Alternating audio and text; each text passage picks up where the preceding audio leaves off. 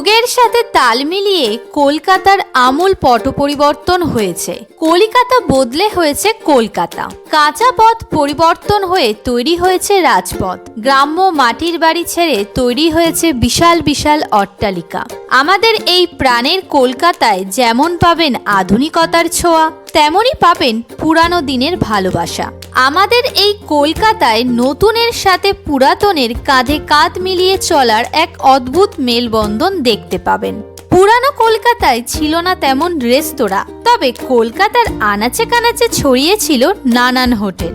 আর এই পুরানো হোটেলের সন্ধানে আমরা চলে গিয়েছিলাম কলেজ স্ট্রিট, যা কিনা কলকাতার বইপ্রেমীদের একমাত্র প্রাণকেন্দ্র। আমরা গিয়েছিলাম 112 বছরের পুরানো একটি পাইস হোটেলে। এই হোটেলটির নাম হলো স্বাধীন ভারত হিন্দু হোটেল। দোকানটি প্রতিষ্ঠা করেছিলেন মন গোবিন্দ পান্ডা। গরিব ছাত্রছাত্রী আর সাধারণ মানুষ যাতে দুমুঠো খেতে পারে সেই জন্য এই হোটেলটি চালু করেছিলেন। যেহেতু দোকানটি হিন্দু কলেজের খুব কাছেই ছিল, তাই একসময় এই দোকানটির নাম রাখা হয়েছিল হিন্দু হোটেল। তবে জানেন কি, এই হোটেলের পুঁই চচ্চড়ি ভীষণ পছন্দ করতেন আমাদের দেশের অখণ্ড ভারতবর্ষের প্রথম প্রধানমন্ত্রী নেতাজি সুভাষচন্দ্র বসু।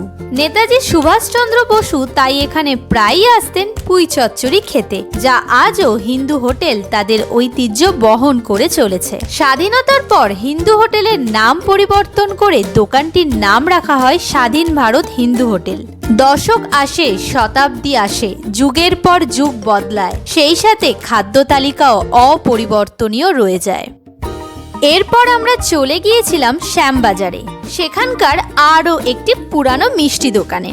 আসলে কি বলুন তো, দুপুরের এত কিছু ভুরি ভোজের পর একটু মিষ্টি না হলে ভোজন কেমন যেন অসম্পূর্ণ রয়ে যায়। তাই তো আমরা গিয়েছিলাম শ্যামবাজারে অবস্থিত অমৃততে, যা দেখতে একটি সাধারণ পাড়ার দোকানের মতো, কিন্তু শহর জুড়ে এই দোকান তাদের মিষ্টি দইয়ের জন্য বিখ্যাত। এখানকার লাল মিষ্টি দই কোনো কিংবদন্তির চেয়ে কিন্তু কম নয়। এখানে পাবেন রকমারি বাহারি সব মিষ্টির ডালি। তবে এই দোকানের বিখ্যাত মিষ্টির মধ্যে একটি হলো প্রাণহারা। এই মিষ্টির স্বাদ কিন্তু অতুলনীয়। এই সব দোকানের লোকেশন দেওয়া রইল ডেসক্রিপশন বক্সে। আর দোকানগুলোর গল্প নিয়ে পুরো ভিডিও রয়েছে আমাদের চ্যানেলে, লিংক ডেসক্রিপশন বক্সে দেওয়া রইল। আর সেই সাথে নিত্য নতুন গল্প শুনতে আর সুস্বাদু খাবারের লোকেশন জানতে আমাদের পাশে থাকুন। ধন্যবাদ।